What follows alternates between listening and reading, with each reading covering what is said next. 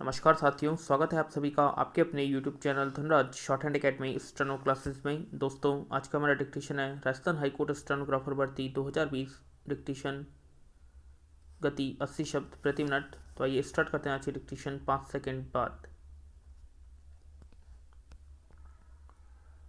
Start.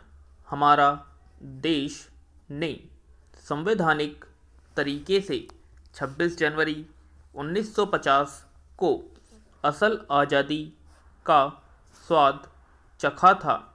जिस दिन देश में अपना संविधान लागू हुआ था, उस दिन ही हमारा देश एक लोकतांत्रिक देश के रूप में संपूर्ण विश्व के समक्ष उभर कर सामने आया।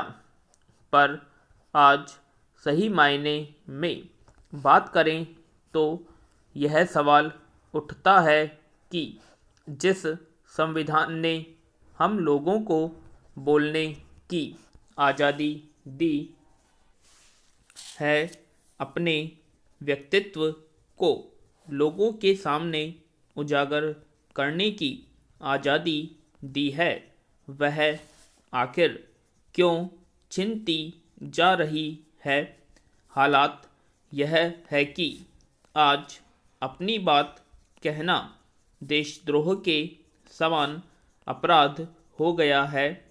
व्यक्ति की निजी स्वतंत्रता पर हमले हो रहे हैं। देश में एक तरह के भय का वातावरण बन गया है। राजनीतिक पार्टियां संविधान के साथ जिस तरह का खिलवाड़ कर रही हैं वह चिंता पैदा करता है। खौफ का आलम तो यह है कि आज सरकार की गलत नीतियों पर भी डर के मारे लोग बोल नहीं पा रहे हैं। आज सरकारें सही गलत जो भी कानून बना रही हैं, उनके पीछे मकसद लोगों की आज़ादी को कुचलना है। जनता को लोकतांत्रिक शक्ति का उपयोग करने से रोका जा रहा है। भ्रष्टाचार के मामले में तो देखें तो आज भी एशियाई देशों में घूसखोरी में भारत पहले स्थान पर है। देश में अपराध बढ़ रहे हैं। करोड़ों लोग बेरोजगार हैं। किसान मजदूर परेशान हैं। जब इतने ज़्यादा संकट हैं और सरकारें बेपरवाह है, तो सवाल है कि क्या हम सच्चे लोकतंत्र में रह रहे हैं।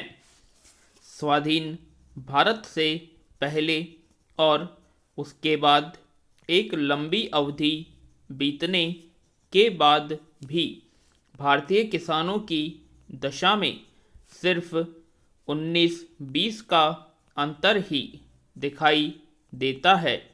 जिन अच्छे किसानों की बात की जाती है, उनकी संख्या मामूली है।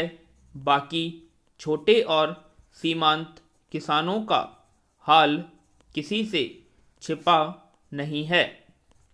कृषि प्रधान राष्ट्र भारत में लगभग सभी राजनीतिक दलों ने कृषि विकास और किसानों के कल्याण के प्रति घोर उपेक्षा बरती है। देश में जिस बड़ी संख्या में हर साल किसान जान दे देते हैं, उसका बड़ा कारण यही है। राष्ट्रपिता महात्मा गांधी ने किसानों को भारत की आत्मा कहा था। बावजूद इसके किसानों की समस्याओं पर राजनीति करने वाले ज़्यादा और उनकी समस्याओं की तरफ ध्यान देने वाले कम हैं। भारत में प्रतिवर्ष 15,000 से ज़्यादा किसानों की मौत का कारण फसल के लिए बैंक कर्ज को न चुका पाना है। इस दबाव में किसान आत्महत्या कर लेते हैं। पिछले 20 वर्षों में लगभग 3 लाख किसानों ने आत्महत्या की है। बढ़ती महंगाई भी किसानों के लिए संकट खड़े करती आई है। इसका सीधा नुकसान किसानों की स्थितियों पर पड़ता है। विराम। कृषि और किसान कल्याण को लेकर जब हम ठोस रणनीति की बात करते हैं तो उनमें सबसे पहले 86% लघु और सीमांत किसानों की बात आती है, जो लगातार हाशिए पर जा रहे हैं। यदि भारतीय परिदृश्य में कृषि और किसानों का कल्याण सुनिश्चित करना है तो सबसे पहले इन छोटे और सीमांत किसानों को ध्यान में रखकर रणनीति और कार्य योजना तैयार करनी होगी। तभी कुछ अच्छे परिणाम मिल सकते हैं। किसान की बदहाली के 2 कारण मुख्य है। पहला, भारत में लगभग छोटे और सीमांत किसानों के पास 1 एकड़ से भी कम कृषि योग्य भूमि है। लिहाजा जोत का आकार छोटा होने के कारण उत्पादन लागत बढ़ती जाती है, लेकिन उसका मूल्य नहीं मिल पाता है। ऐसे में किसान को घाटा सहना पड़ता है। दूसरा कारण यह है कि भारतीय कृषि मानसून पर निर्भर रहती है, जिससे पानी की कमी या ज्यादती की वजह से फसल पर बुरा प्रभाव पड़ता है। ऐसे में कृषि प्रधान देश भारत में खेती किसानी के क्षेत्र में दूरगामी नीतियों के साथ ठोस कदम उठाने की ज़रूरत है। पैरा।